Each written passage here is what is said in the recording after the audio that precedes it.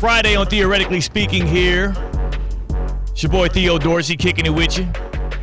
C-Cat not on the other side of the glass on the ones and twos. Damian subbing in. C-Cat in his proper seat getting ready for high school game day. Yeah, high school football season kicking off here.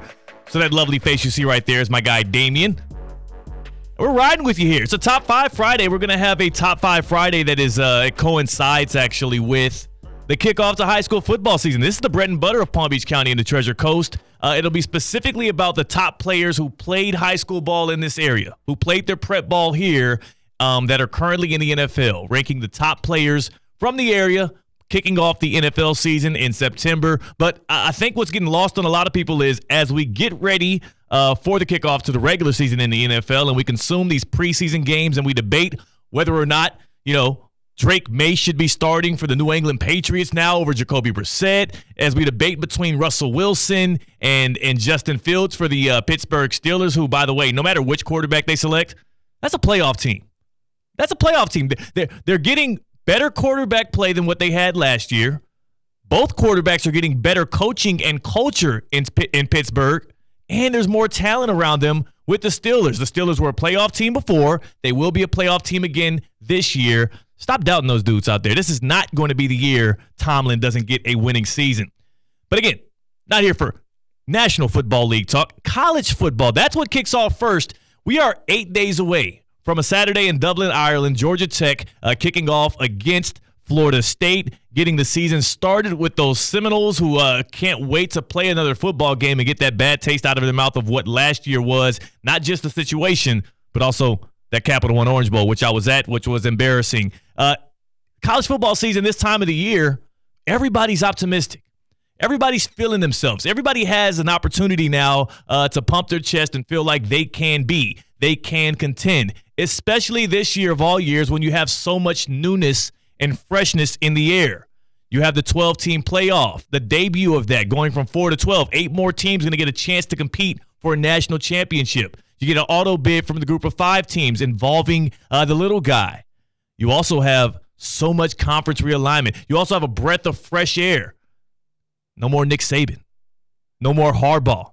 It's a whole new landscape in college football, so while that optimism breeds all the time right here as we gear up for the fall, there's also a certain level of wishfulness, a certain level of wishfulness in the air, and that's where I want to take it today, especially for me as a Miami Hurricanes football fan. If there's one wish I could have for this season, if there's just one, and we're making rules to this, by the way, and I'll reach out. We put it out on social media. What's your one wish for the college football season this year?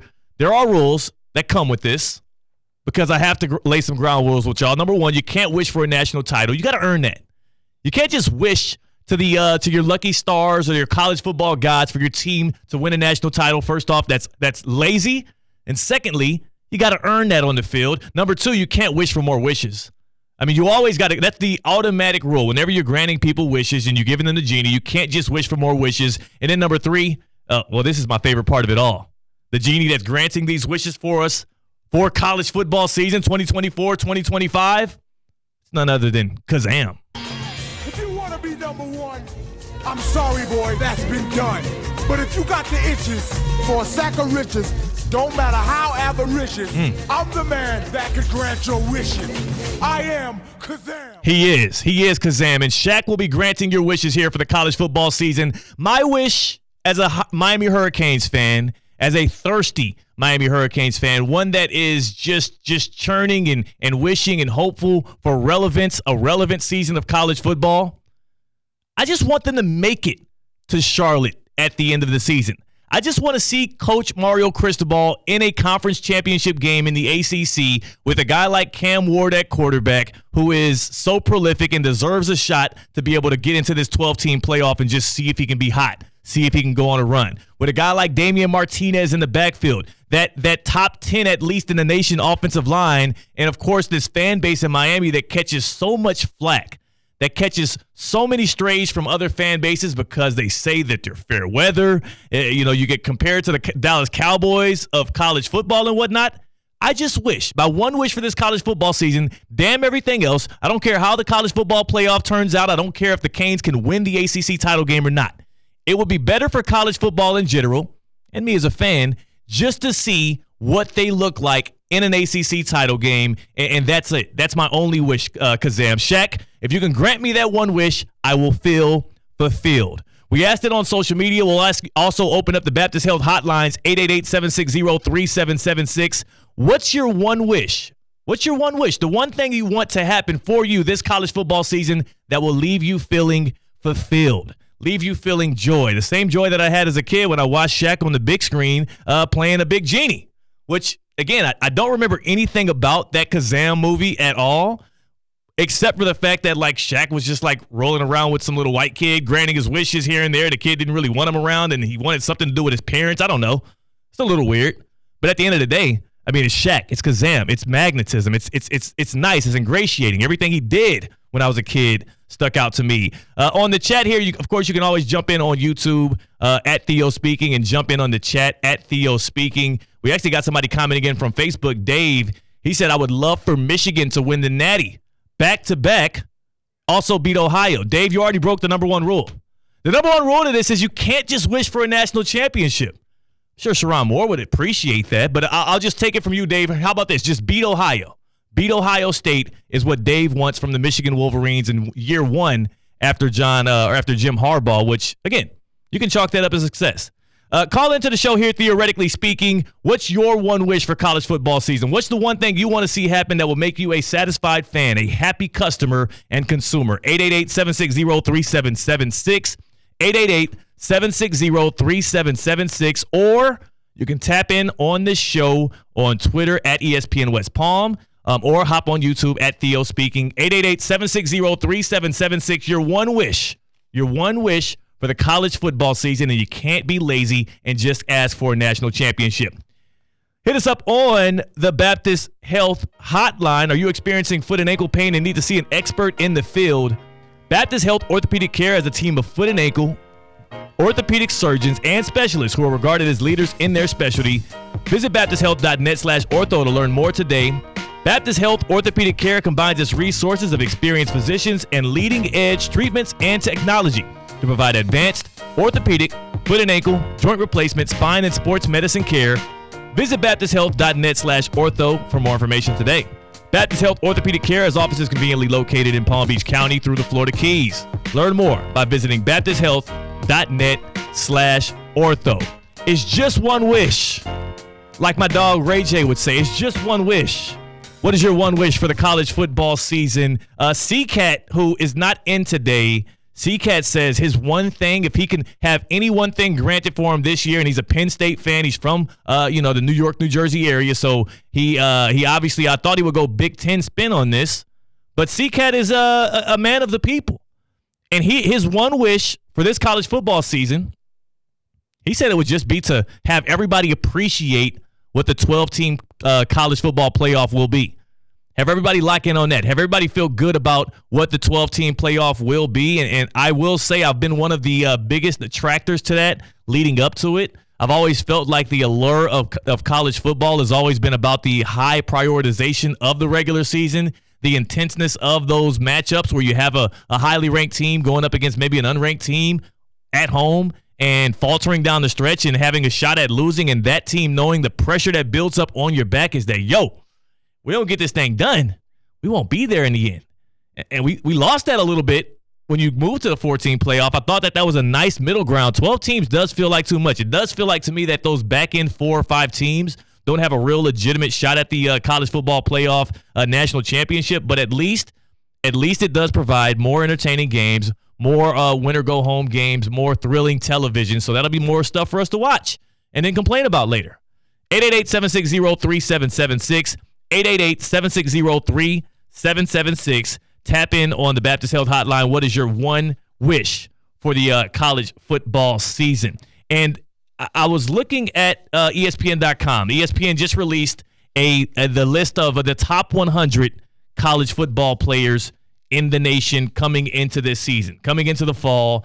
And it's funny. Because as a person who, again, I grew up a Miami Hurricanes fan. Like, even in the city of Houston, that was the team that just captivated me as a kid. I'll never forget the day that my mother was going through a Marshalls randomly, and I saw a Canes jersey on a clearance rack, and I reached up and, Mom, can I get that jersey? It's orange and green. It looked nice. It was 32. It was beautiful. It was shining. It was glowing to me off that clearance rack. I feel like it was like under $25. It was a steal out there in Houston, Texas. And my mom granted me that. She got me that jersey, and that was the day as a little bitty pup, as a little kid, I became a Canes fan, and through and through. I mean, I went with the ups and downs. I cried on the night of the Fiesta Bowl when Chris Gamble in Ohio State cheated us out of that win.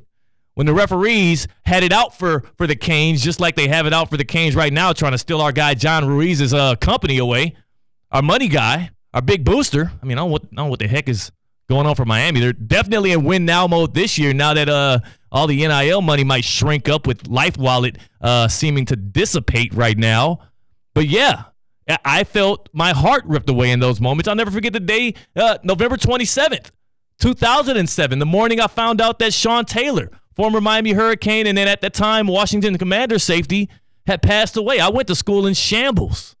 It was like a Tuesday, I think, or Tuesday or Thursday morning, depending on, I know what my basketball period I had for middle school at that point was, but I remember multiple times in the day going to school just torn up, emotionally rotten based off of these kind of things. I've lived and died with the wins and losses of the Canes, and I would just love to see, my one wish this year is just to see them in the big game, see them on the big stage, see what Cristobal can be in year 3.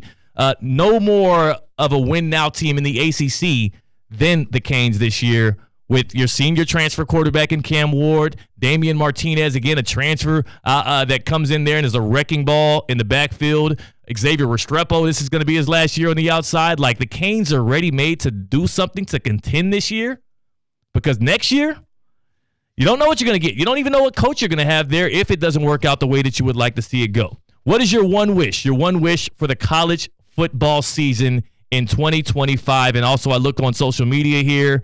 We have one relating to Miami, but not necessarily a Washington fan. Courtney says that Tyler Van Dyke doesn't, soil the bed, which Canes fans know all too well can happen very easily. And also, I will say again, Fickle, stop coming at Mario Cristobal. That's the Canes fans' job.